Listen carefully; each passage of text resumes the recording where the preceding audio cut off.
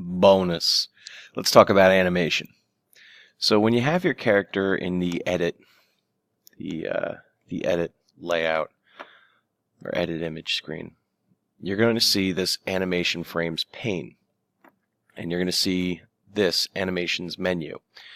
So you can actually add animations depending on, if a character's hit or if they get a coin. So I'm going to start with default. So what I can do is right click and duplicate my original picture. Now I can change the way it looks, the appearance of it. In fact, I'm gonna fill them up with a color.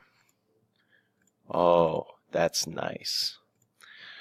So now when I switch to animation 2, I'm going to change I'll flip him. That way it'll look like he's almost walking a little bit. Now I'm almost there because I have multiple pictures that I'm going through, but now I have to set it to actually do the change constantly during the game. So what I'm going to do is click on the animation defaults option. That's the one that I'm making right now. And if I look in the properties window, there are more properties. So you can set the speed. You can make them cycle faster. And this is, I think, how many times per second it's going to be. And it'll probably tell me. Yeah, frame rate would be 60 times. Yeah, so it's per second. Loop would be if I want it to do the cycle repeatedly. Repeat count, we don't have to worry about that because we're looping.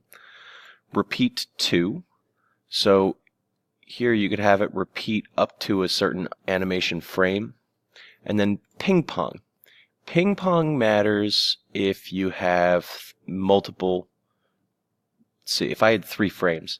So a standard loop would be 0, 1, 2, 3, 4, 5, 0, 1, 2, 3, 4, 5. If I do ping pong, it's like a ping pong match. It would be 0, 1, 2, 3, 4, 5, 4, 3, 2, 1, 0, 1, 2, 3, 4, 5. And so it goes back and forth in your animation. I'm just going to say OK to all this. And now when I press play, you'll see that it's going to cycle between. There we go. Now it's cycling between the two. Now he's a little lopsided. So let's go back and fix this. We go in and we're going to click this center.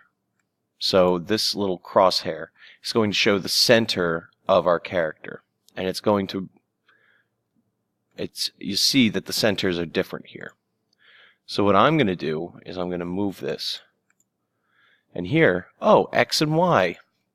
If I set my X to 70, nope, 70, and I go here and I set it to 70,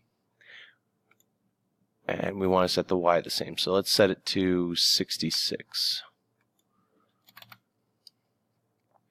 Okay, now that we've done that, we run the game and we should see, he's staying centered on the same position. He's cycling through his different skins for his animation, and he's still controllable.